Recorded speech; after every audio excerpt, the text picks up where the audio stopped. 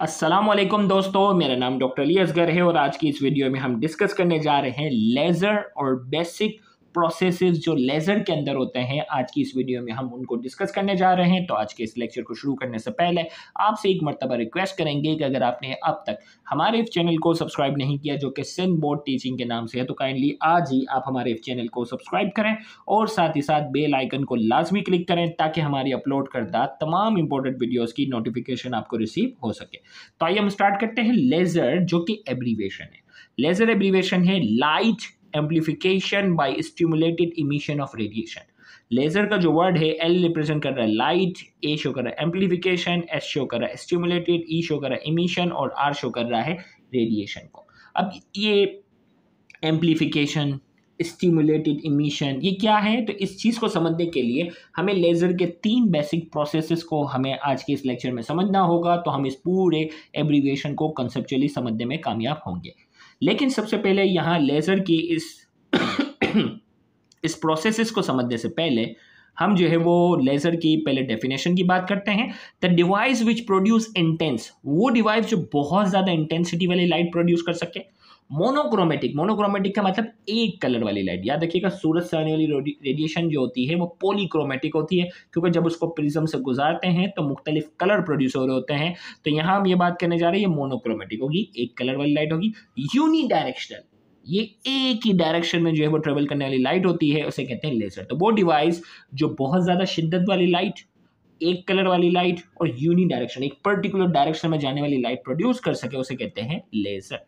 अब जो वो ऑर्डिनरी लाइट की अगर हम बात करते हैं और उसको लेजर के हवाले से अगर कंपैरिजन बताएं, ऑर्डिनरी नेचुरल या आर्टिफिशियल लाइट की बात करेंगे, is release by energy changes on the atomic and molecular level that occur without any outside interference.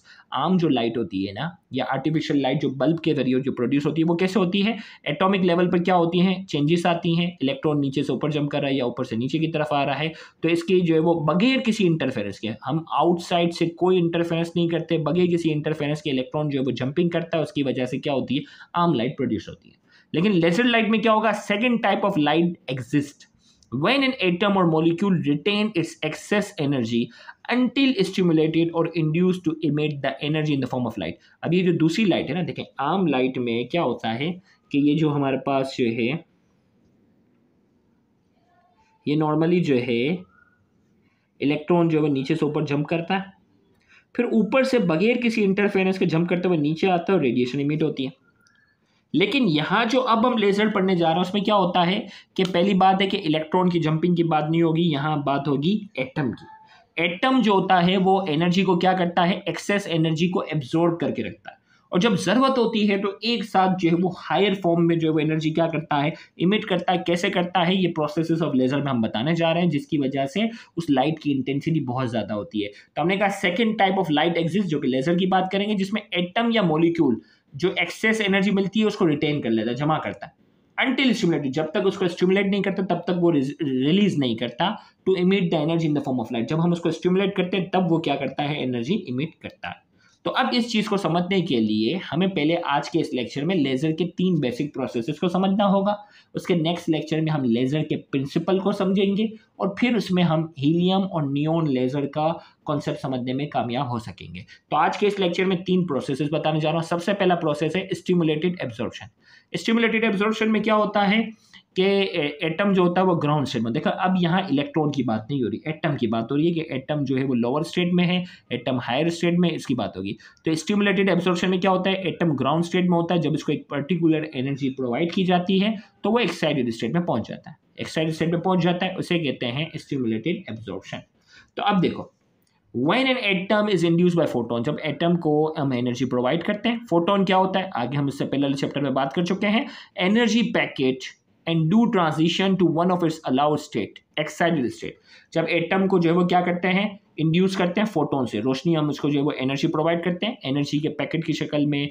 Photon जो होता है वो रेडिएशन के एक पार्टिकल का नाम है, इससे पहले वाले चैप्टर में पढ़ चुके हैं। तो एनर्जी के पैकेट की शक्ल में उसको एनर्जी देते हैं, तो एटम क्या करता है, ट्रांजिशन करता है, ग्राउंड स्टेट से चला जाता है excited state, is called stimulated या इंड्यूस एब्जॉर्प्शन, यानी ग्राउंड स्टेट से वो चला गया excited state. The life time of an atom in an excited state is exponent -8 second. कितनी देर तक यहाँ ठहरता है? एक्सपोनेंट -8 सेकेंड तक यहाँ क्या करता है? ठहरता है, और यहाँ फिर दोबारा नीचे आ जाता है। दोबारा आता है तो जितनी एनर्जी एब्जॉर्ब की थी उतनी एनर्जी क्या कर देता है?